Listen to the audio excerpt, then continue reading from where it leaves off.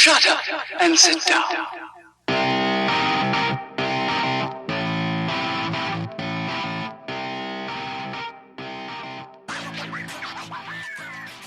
Welcome to True Crime Groove. I'm your host, Maze. I want to thank everybody for listening to the podcast today. With me today on the podcast, my cohort in True Crime, the Pineapple Queen. How you doing today, Pineapple Queen? I'm doing pretty good. How are you, Maze Dog? I'm doing pretty good. Can't complain. I just want to take a minute to apologize to everyone for being away so long. I know there's 5 or 6 of you out there that look forward to these podcasts, and we had a podcast ready to go. We recorded it even, and we tried something a little different. I didn't like it. It wasn't our style, right? Would you say that would be? I mean, completely was not our style, but yeah. So, like I said, we might revisit that at some point and put it out there, but we decided to shift gears and go a different direction and do another case. So that's why it took us a little longer than normal to get a new podcast out. So we're sorry about that. We appreciate your patience. I kind of picked today's case because I could relate to it, I guess. I have a niece that kind of reminds me of Reagan Tokes. And a lot of that I read about and that I saw with this case, it just kind of hit home with me. I know this could have very easily been my niece. What happened to Reagan could have happened to my niece.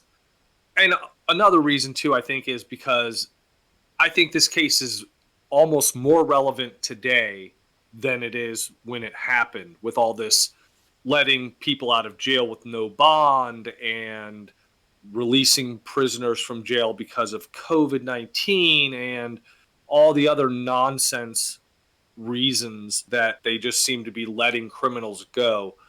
I thought it was really, really relevant as far as that goes. Would you agree? Completely. I mean, when you hear this case, you'll know, like... Yeah, it was completely preventable. Exactly. Yeah. Well, let's get on with it. This is True Crime Groove. Let's get our groove on and talk some true crime. This is the story of Reagan Tokes.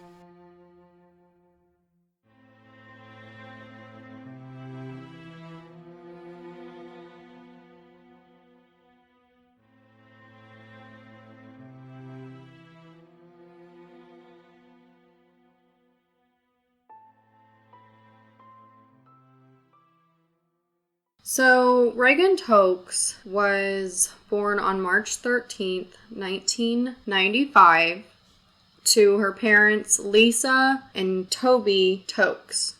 She had a younger sister, her name was Mackenzie, and from everything that I could read and everything that I heard about Reagan Tokes, she seemed to be one of the nicest, sweetest, most friendliest girl you could have ever met. She would have probably been like your best friend. Yeah, from everything that I read and all accounts, she was a delightful girl. She had a good head on her shoulders. She knew what she wanted to do with her life. She knew exactly where she wanted to go to college. She wanted to go to Ohio State. She dreamt of it ever since she was a little girl. And her father told her, if you get the grades to get in, I will make that happen. Yeah. So, and with her already being an Ohio girl, she was from, Maumee, Ohio, which is a little bit up north near Toledo. That definitely, the place you want to go usually if you're going to go to college is Ohio State. That's where you want to go. So, she was accepted. Yeah, she did get accepted. Because she was getting ready to go to Ohio State, her family all moved down to Florida. And because of that move and because of her being in a different state than them, they always kept in touch. They made sure, they talked to her every night. Yeah, she didn't go with them. She stayed. Right. She gets to college and she's doing really, really good in school. I believe she had like a 4.5 GPA. I don't know if she played lacrosse and tennis before college and that's what helped her get into college or what. But... she was a very athletic girl. Yeah, it was before college. It was, okay. They created a Facebook page, and, she ended up clicking with some of the roommates before. I think that's pretty typical before you move into a home with other girls. Yeah, she had 4 roommates. I think it's probably kind of like your cousin living in a house on campus with 4 or 5 other people. Yep. And you kind of get together and say, hey, I'm looking for a house. I need people to live with me or whatever. And, people sign up or say, hey, I'd like to. And they check each other out and they go, okay, yeah, I like you. Let's you, and you. Let's all live in a house. Correct. Yeah. So it's a very interesting process. And I believe, what was her, was her name Madison? Yeah, I think she was closest to Madison. Yeah. She told her something like, we're going to be friends. Yeah. I went through your Facebook stuff, and you and I are going to be good friends. Yeah. So, and I think 2 of the roommates also worked at a restaurant called Bodega. And right. That is how she ended up getting the job at Bodega. She had mentioned she needed, a summer job. Yeah. Yeah. And I was just going to say, I think we need to note here that Bodega is not on the Ohio State campus. It's off the Ohio State campus. It's south of the Ohio State campus in a little community called German Village. German Village is not safe. Yeah. It is not a safe area. I mean, when you think of German Village, there are people that live down there, but there are also multiple bars. And it's kind of, it is a historical part of Ohio, but it's not the safest area. No, there's a lot of crime. There's something called the Short North Posse, which is a gang that hangs out down there and does gang stuff, what gang members do, which is usually illegal and violent sometimes. So, yeah, this is where she worked was not dangerous, like immediate. You're not in immediate danger right there, but you go down a street this way or that way, and it can get pretty rough. Yeah. Yeah. So like we mentioned earlier, she was getting ready to graduate in a couple of months, and she was planning on taking that science bachelor degree of psychology with her to the Cleveland Clinic because she really planned on helping people. Yeah, I think she was wanting to continue her schooling, like getting her what's next, master's or whatever. Yeah. But yeah, she wanted to get a job and move to Cleveland to work at the Cleveland Clinic, which anybody that lives anywhere close to Cleveland, that's a very famous hospital. Right. And so because of her being more focused on schoolwork, she did end a relationship. I don't have his last name, but I believe his first name was Jake. Yeah, that was her boyfriend. Mm-hmm. Yes. And so, they kind of parted ways, but she did let him know, like, you're going to be one of my best friends. So it wasn't a bad breakup. It was very mutual on both sides. Yeah, they both were getting to the point, because school was almost over and they had finals and all that, and they both kind of had different directions they were going to be going once they graduated. So they figured this would be a good time to just split amicably. Right. Okay, so Bodega Restaurant opens around 3 o'clock, right? Somewhere in there? Not sure exactly what time it opens, but she had a shift to work that night. I think she worked till, was it 10? Yeah, I think 10 o'clock, but just about. When she left to go, and you find this out later on because they get the surveillance footage, that it was daylight when she left to go to work. So it was sometime. Yeah, it could have been 3. It could have been maybe a little bit later. Yeah, I don't know. I don't remember exactly what time it was. Yeah. So she does leave around the time of 9:45, 10 o'clock, somewhere in there, on February 8th. I think it's the dad, right? That he was the one that was like, something's wrong. Right. He didn't hear from her. Correct. Because, they always stayed in contact because of that move from Florida, if you guys remember. And so that's kind of, why, he got worried, because he did not receive that phone call that he would normally get from her. And I would think every single night. And he would also talk to her about, because there were assaults happening around that area. So I think he got really concerned because he knew what was going on. He couldn't get a hold of her, which was unusual. So, he said, I think he mentioned that he tried to get a hold of her for like 4 hours that night, just calling. Yeah. Yeah, that's right. And the next morning, but the friends got concerned too, but they weren't overly concerned because they knew she had a lot going on. I think she was supposed to walk to class with one of the roommates or whatever. She was going to walk to class with her. Yeah. And she wasn't in her room. And so the friend was like, that's weird, but not like, oh my God, something's up, because there was just a lot going on. And she knew she had a lot of stuff. Like I said, finals were coming up. So I think she thought maybe she went to the library or something to study. Yeah, she did. So she didn't think anything of it. And then finally, one of the girls, I think, received a phone call from the mom, or they went into their work and the mom had called Bodega. But either way, the mother could not file a missing persons report because she wasn't the last person to see her. So she had called the restaurant, and Bodega was like the coworkers, and then were the ones that actually ended up filing the police report. Okay. So, I think it wasn't too shortly after the whole situation at Bodega when the police finally got the call about. Well, they found a body in the Scioto Grove Metro Park. Yeah. That's a park that's down south of Columbus in a little community called Grove City, and that's a suburb of Columbus. Well, Detective Davidson, I think, is the one who initially goes out there to look at the crime scene. He's the supervising detective of the detectives department. He's the lieutenant. He's in charge. Yeah.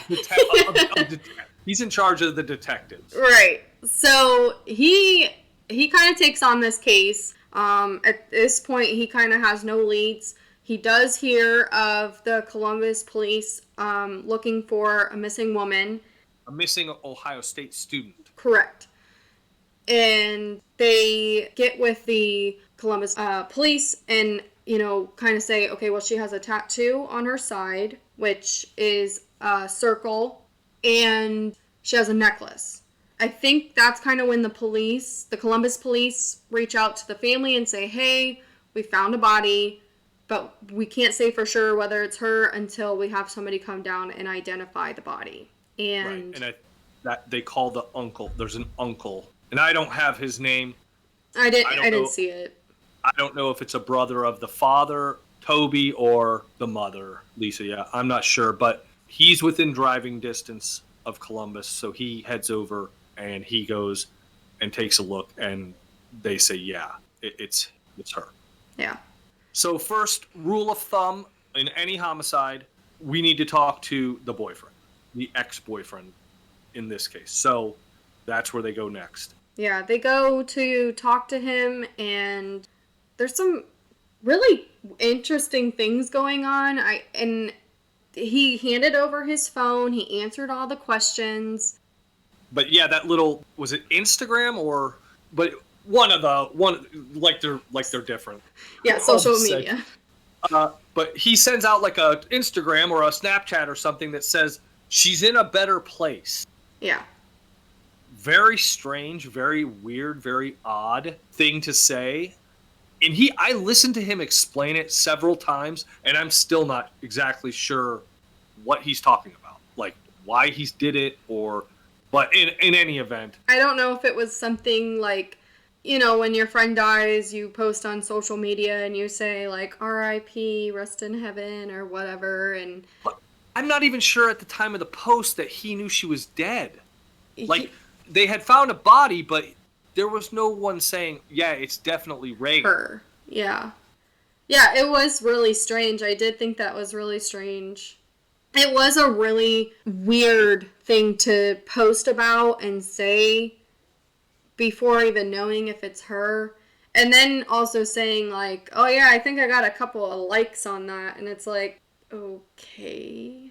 A little weird. But he's pretty quickly ruled out. He has a pretty solid alibi. He was watching movies with some friends, and so he's ruled out pretty quick. And at that point, and this case has really interesting things that I have never seen in other homicide investigations, and we'll get into that a little bit, but basically they have no suspects. Yeah. They're like, they talk to all the friends, they talk to the boyfriend, they got alibis, everybody checks out. So they're like, what, where do we go? And that's when the detective Rick Forney, I believe is his name, that's where he gets involved, because what they do is they go, well, we need to find the car. We need to find her car because her car's missing. And they go, well, let's check the local law enforcement license plate readers. They check all the local law enforcement license plate readers, and no one has seen the car. None of them, it doesn't come up. So they say, well, let's expand it. Because I get, on buses, on garbage trucks, on city vehicles, they have license plate readers on those. I don't know why, but they just do. So they said, well, let's spread out the search.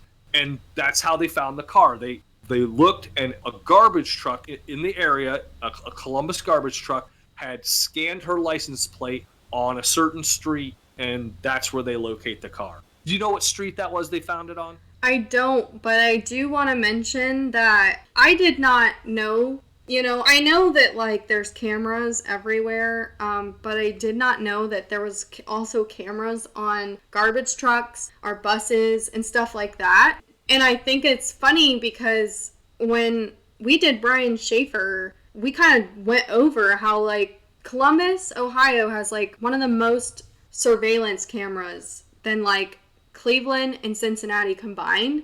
And if you're including the buses and the garbage trucks and all the other kind of cars, then it would make sense, like, yeah, there's a lot of surveillance there. So, I mean, and it's crazy that a garbage truck picked up her license plate and was able to know, like, I believe they said it was on the south side of Columbus, but I don't know the street. Yeah, I can't remember the street, but they found it in a rough neighborhood eventually they find out it's about half a mile, I think they said, from this halfway house, which they don't call them, in my day they called them halfway houses. Now they call them re-entry facilities. So I guess that's great that they call them that now. But that's where they found the car. The detectives head out there. They open up the car, and it looks like there's some burns on the back seat. There is some cigarette butts that they find in the car. They check with the family. Reagan didn't smoke. And they open the trunk, and there's a strong odor of gasoline, so it looks like somebody tried to burn the car, but it didn't. It kind of failed. They look in the trunk, and there's a gas can in the trunk. And they're like, oh, this gas can looks pretty new. It doesn't look like it's, it's not weathered or anything, like it's been around a while. So they go, well, let's check gas stations in the area. Let's check the footage on the surveillance cameras and see if we see anyone purchasing a gas can. Right. Do you know the gas stations that they went to? No, I don't actually remember exactly what gas stations it was. So they had called a couple different gas stations down in Columbus to ask them, hey, has anybody purchased a gas can? And they got a hit from a Sunoco and a Turkey Hill. And I don't know which gas station it was, but one of them had the surveillance footage of a black male purchasing a gas can around like 11 o'clock or 11, somewhere in that time frame. And so they kind of had a hit. Like, they were like, okay, so we know what the suspect looks like, but they don't know who he is. Right. And that's where, like I said before, some things in this case that happened that I've literally never seen. They take that cigarette butt, they submit it for DNA, and not only do they get a profile off the cigarette, they get a hit on the profile in 30 hours. Less than 2 days. They know who was smoking that cigarette in her car. Yeah. It is crazy because if you think about a lot of the homicide cases that you hear, a lot of that evidence for DNA and stuff, it takes years to even get a chance to be tested in a lab. Yeah, that is like light speed in the criminal justice world to get a DNA hit back on it. And the person it comes back to is a lifelong criminal by the name of Brian Lee Goldsby. So Brian Goldsby, at a young age, he claimed that his abusive mother struggled with drugs and alcohol. And he also claimed that he was, raped at a young age. But I was just going to ask, was he from Columbus? Because I started to read about him. That's why you're doing this part, because I started to read about this turd, and I couldn't do it. I don't care about him, but I know we have to get the information out. I was curious. Was he from Columbus? To be honest with you, I don't really know. I looked more into, as a young child. Oh, okay. Yeah. I get emotional, and I have a hard time because when you start to read about somebody like him, it just sounds like excuses to me. Yeah. Well, he had this happen, and he had that happen, and blah, blah, blah. And I have a hard time getting through that stuff because I just have no sympathy for this guy at all. None. Zero. He's a criminal. Yeah. Period. I mean, yeah, I totally agree with you. This guy is a piece of garbage. Whether or not this part of his story is true, it played a role in the courts. And he had already had, before he was 18, trespassing, theft. He even threatened his own mother with a knife. Like I said, he was just not a good guy. But November of 2010, there was an incident that actually did land him some time. He abducted a woman who was 8 months pregnant at the time. She was trying to remove her 2-year-old out of the back seat, and he held her at knife point and told her to get back in the car, and he forced her to drive around. They made several stops to ATM machines to pull out cash, and he stopped to have her perform oral sex on him with her 2-year-old in the back seat of the car. I do recall, from her testimony, because she did not actually testify, but she did mention that she had to cover her son's eyes so he would not see. He then proceeded to force her to drive to her home, where he had her perform oral sex on him again, forced her to brush her teeth, and left. But before he left, he stole her DVD player that was still in a box. He's a peach. Yeah. And just real quick, and he eventually goes to prison for this, but not for very long. And mainly it's because the woman doesn't want to testify, which happens a lot. And so he only gets 6 years, ends up serving 5.5 or something like that. And because the narrative that's drummed into people's heads all day, every day is, there's too many people in prison. We got too many people in prison. It's hard to go to prison. You get 6th, 7th chances before you actually go to prison. You have to commit a heinous act to go to prison. People are not going to prison for smoking pot. That's total bullshit. Yeah, it is. That's the thing. So, yeah, he was in there for 6 years, but while he was in there, he did not show any type of turnaround. Some people find God in prison, they try to change because they feel remorseful. This guy had 52 infractions while he was there. There's no legal recourse to keep that person in prison, at least in Ohio. I don't know if it's different in other states, but in Ohio, you can commit 52 different infractions in prison, and they can't give you a single day added to your sentence. Yeah, which is absolutely ridiculous. Absolutely.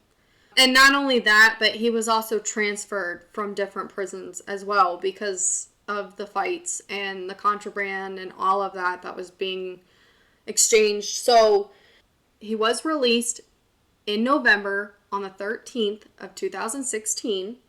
And he had to register as a sex offender, which I believe was a tier 3 sex offender. Right. And that's where they put him in the rehabilitation, re-entry, or whatever the hell it's called now, home. Right. And this is, I want to make sure we get this clear because there's a little bit of a misconception, especially for people that have maybe heard this story before. like on a Dateline, or I think Oxygen might have did it as well, and some other smaller thing, a podcast, maybe like a more well-known podcast, but not a TV show. But anyways, is that he was required to wear an ankle monitor. But that ankle monitor was not put on him by law enforcement. The ankle monitor was put on him. It was a condition to living in the reentry facility, the halfway house. In order to live there, he had to wear one of those. They had other rules, like he had to be in the facility from 10 p.m. to 6 a.m. and blah, blah, blah. So they had different rules and conditions that you had to follow in order to stay there. The problem comes not from the police and law enforcement. The problem comes from the facility. Nobody from the facility was monitoring this guy. He had no checks on him. Like some ankle monitors, if you don't make it to where you're supposed to be by the time your curfew is, it alerts. It sends out an alert and says, hey, this guy's not where he's supposed. If you're in a certain area where you're not supposed to be, it'll send out an alert and say, hey, this guy's near a school or whatever. And he had none of those. So he was basically walking free, other than his parole officer, who was, he had to check in with his parole officer whenever he had to. But that's one guy, and that's another part of this story that in the end that they're trying to get fixed. You got one parole officer for 1,000 parolees or whatever. It's some ridiculous number that you just can't watch all these. One person can't watch all these people. Right. Yeah. I mean, and that's the other thing, too, is that because they weren't able to watch him, as clear or as much, like you said, he could kind of come and go as he pleased. And the home that he was staying in, I think it was called Alvis or Alveus. Yeah, Avis or something. I don't know. Yeah, I believe it's Avis, like the car thing. But okay. Well, because he wasn't being watched, he would go out, and as we find this out... Yeah, because eventually they do get the GPS data from the tracker, because he still had it on. I don't know that this is the level of criminal element we're dealing with, is that I'm going to go commit heinous crimes while I'm wearing an ankle monitor. Yeah, they're not going to catch me while I'm doing it, but at some point the chickens are going to come home to roost. So and eventually they do, and they figure out that all of these assaults that you mentioned earlier, that the father Toby had been looking at and reading about and worrying about, basically Brian Goldsby was on like a one-man crime spree. He was wreaking havoc through German Village because they have a report of a victim that is being like mugged at knife point, and his GPS monitor has him right in that area exactly when that crime was being committed. And then you got this other woman over here that's being attempted sexual assault, and same thing, that his GPS is showing that he's in the area right while this crime is being committed. And the one thing I noticed, because we talked about Reagan a little bit earlier, what a sweet person she was, and just she was very docile. I get the impression she was very kind of went with the flow and didn't cause too many waves. And that's the thing with these other victims that they interviewed. They fought. They either screamed bloody murder and or physically fought back. Yeah. And Goldsby ran off. He stopped the assault and would run away because he's a coward. And if you fought him a little bit, he would give up and just go, this is too much crap. I don't think Reagan did that, because her last words were, I just want to live. She just wanted to get out of the situation and live. He could have did whatever to her, and she would have just accepted it as long as she could live. Yeah. And so I think that's the difference in those 2 or 3 different scenarios. Yeah, I definitely agree. And you know what else I read that was interesting was that even though he was going around and doing all of these crimes around German Village, I don't know if maybe he missed something or what, but he did violate something, and they had a hearing for him to go back to prison on February 23rd. It was earlier, I think sometime probably in January or maybe early February, but it had to be rescheduled, and because of that, from, I believe it was from January 26th to February 8th, he terrorized German Village.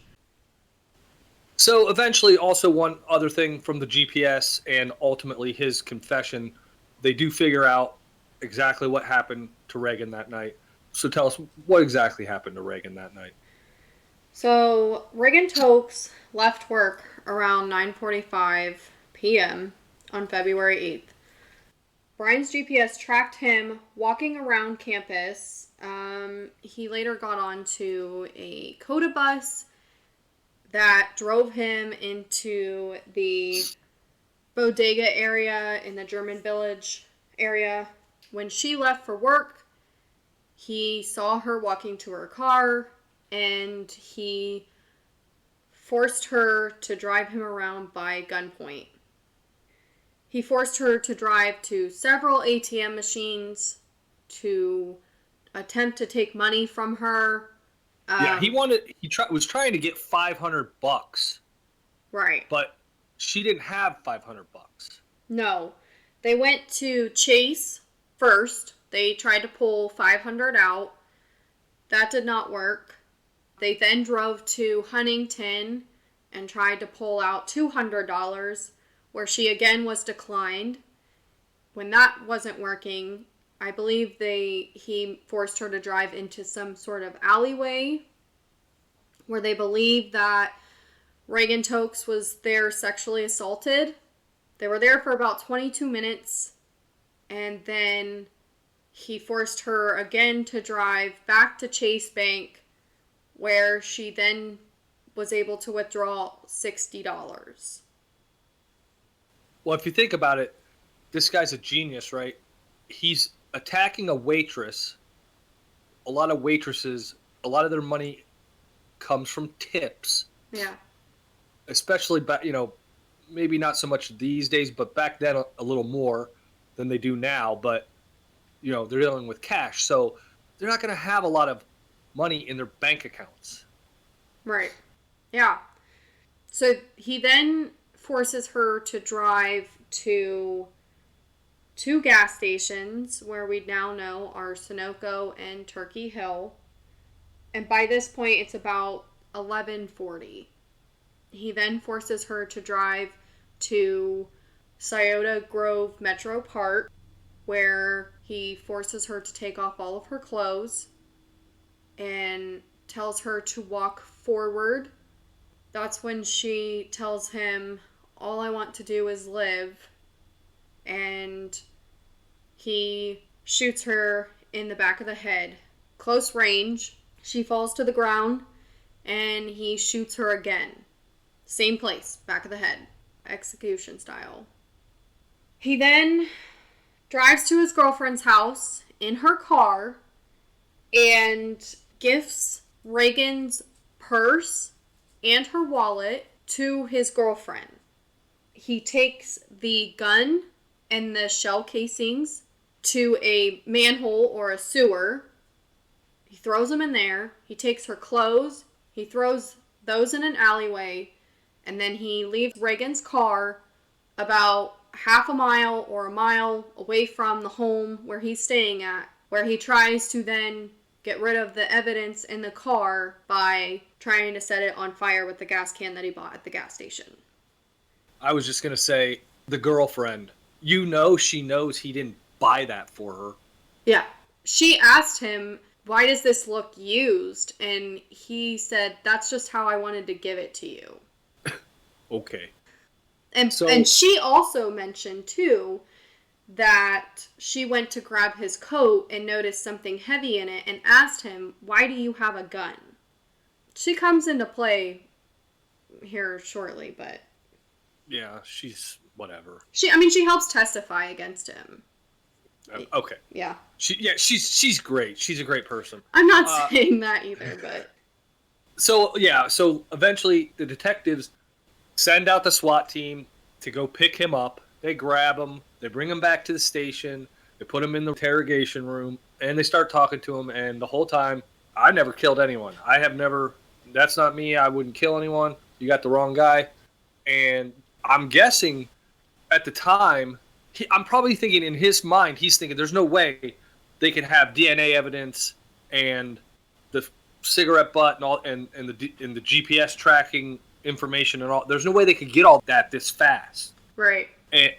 But they had. So, he's telling them, that's not me. I didn't kill anyone. But they're like, Brian, we have a lot more information than you think we do.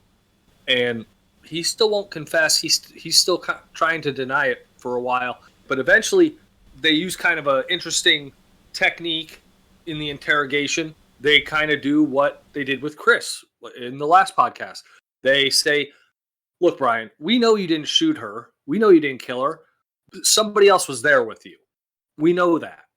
So who was it? And he gives them a name, like I think it was TJ. TJ did it. And they're like, oh, okay, well, what did TJ do? And he basically walks them through the entire course of events, telling them exactly what he did, only he substitutes TJ for himself. He's saying, no, TJ walked her out to the field, and then TJ shot her in the head, and then she fell to the ground, and then TJ shot her one more time in the head. So basically they have their confession. It's just in kind of a little different way. And like I said, that was the strategy that they took in the interrogation, was to let him tell the story and just use this TJ as the catalyst for the story. But they know it's bullshit, and eventually they arrest him and they charge him with murder. Yeah, so on March 5th, 2018, they had the trial, and he was charged for Reagan Tokes' murder. His charges were aggravated murder, aggravated kidnapping, and aggravated robbery. He was sentenced to life in prison without the chance of parole. The judge did spare his life because of his upbringing. It would have been the day that Reagan Tokes turned 23 years old. The girlfriend did testify against him. She was a witness, so she helped get him convicted. And the district attorney, Ron O'Brien, right, he was seeking the death penalty. Correct. But the judge denied that. Mm-hmm. Yeah, the defense really tried to say that, his upbringing had a lot to do with why he had a criminal past, and, he wasn't smart enough to pull off killing Reagan. He didn't plan it, that he did it out of panic.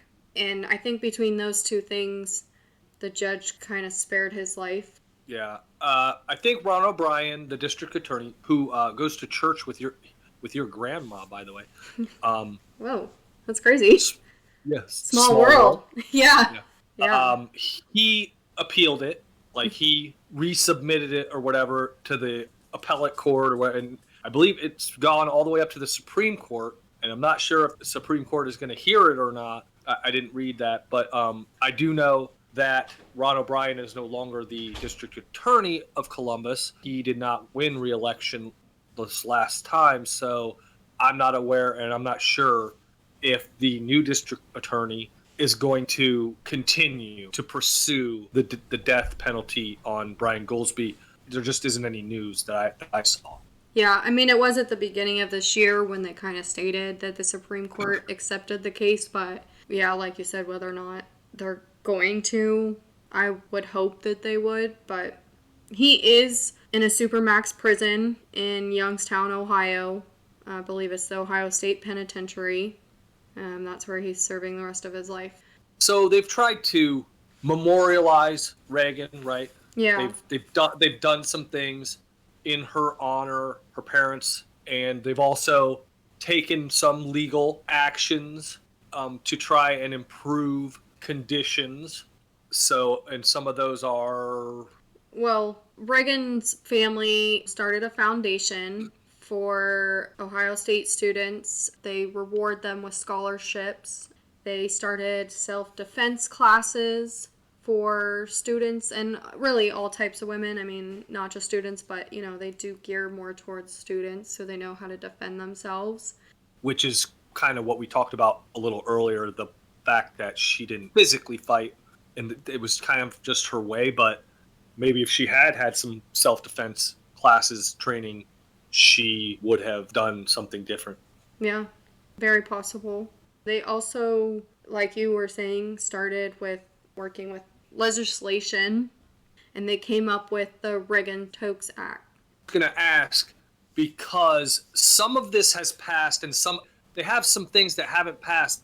They said it got bogged down by COVID, and so they weren't able to like continue the process of trying to get this stuff passed because they were shut down and all that. And I thought one of them was the infractions in prison, where if you commit infractions in prison, they can give you more time. Correct. At the time, they couldn't. Right, and now they can. One was the amount of parole officers Mm-hmm.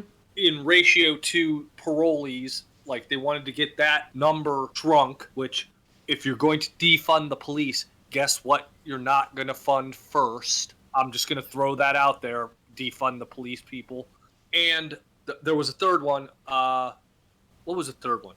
Well, it has to do with the GPS, the ankle monitor. Yeah. The alerts. Mm-hmm. That to turn those on when somebody breaks curfew or is in an area they're not supposed to be in, or that they could just look. They want to be able to have the detectives to be able to look at that data in real time. I think mainly because if they were able to look without a subpoena, I believe it's without a subpoena, because if the detectives were able to look at that information of all the crimes that were going on in German Village during that time, the little crime spree that they had, Mm-hmm. they might have been able to piece it together. A little bit sooner, yeah. Yeah, a little sooner, and they would have been able to maybe do something before any of this happened. But like I said, some of this has passed and some of it has not passed, and I'm not totally 100% sure exactly what has passed and what hasn't passed.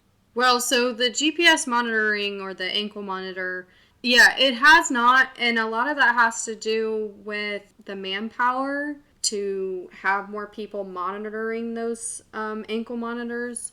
And then also, yes, the parole officers having the resources that they need. But I do believe Governor Kasich, he had decided that they were going to reach out to the Ohio Department of Rehab and Corrections to set up some sort of reforms even before this, because it's still not passed, but they are trying to do what they can to somewhat fix that situation with the GPS monitoring. So, right. They're trying to do some things. Yeah. Some of them they've been able to do, and some they're still working on. Yeah. Also, they set up this memorial down in the park where she was found. Toby and Lisa, her parents, set up a tranquility garden where her body was found. As her mother put it, it has all the different unique qualities that Reagan would like. You know, her memorial plaque has Tiffany blue, which was her favorite color in it. And she was born in March, so she was a water sign, and there's water nearby. And her mother says that she feels like she can feel Reagan's presence when she's there, and it comforts her. Do they have anything representing that? And I'm not sure we said exactly what it was before earlier. The karma tattoo that she had on her side, is that anywhere represented down there? So, yes, the karma tattoo is represented in the Tranquility Garden, but the symbol looks a little bit different. So from the bird's eye view of the garden, it's this symbol, and I'll put a picture up here for you guys just in case you don't see it in the Tranquility Garden. But that symbol also means karma. So. Okay. So it's not exactly like the tattoo, but it is represented in a way. Yeah. So that's I hope people now can kind of see why I picked this case. It's just such a unique case. It's so I can't think of another case where the cops knew what happened to this girl, literally almost exactly what happened to her minute by minute before they even talked to the suspect. Like, that's so unique. And like I said earlier, the fact that it's almost more relevant now than even back then, because you have all this defund the police talk and all this stuff. It's like these guys are overworked as it is, trying to keep an eye on these predators, and you want to give them less money to do this. You want to take away resources from police departments and things like that while they're trying to keep their eyes on the Brian Goldsbys of the world. That just literally sounds insane to me. Yeah, I completely agree with you. It does. I don't understand it. Well, like we said before, it's just a sad case that seems to have been completely preventable, and prayers to the family, and that's basically the story. We want to thank everyone for listening today. Thanks for joining me again, PQ. Yeah, thanks for having me again. Yep. We really appreciate it if you would go ahead and smash that like button and also click on the subscribe button so that you become a regular listener of the channel. We really appreciate that. We are growing pretty fast. We just went over 300 subscribers yesterday, maybe, I think, up to like 315 or something like that now. So every day get a few more. We just had another one of our videos go over 1,000 views on YouTube. That's awesome. Woohoo!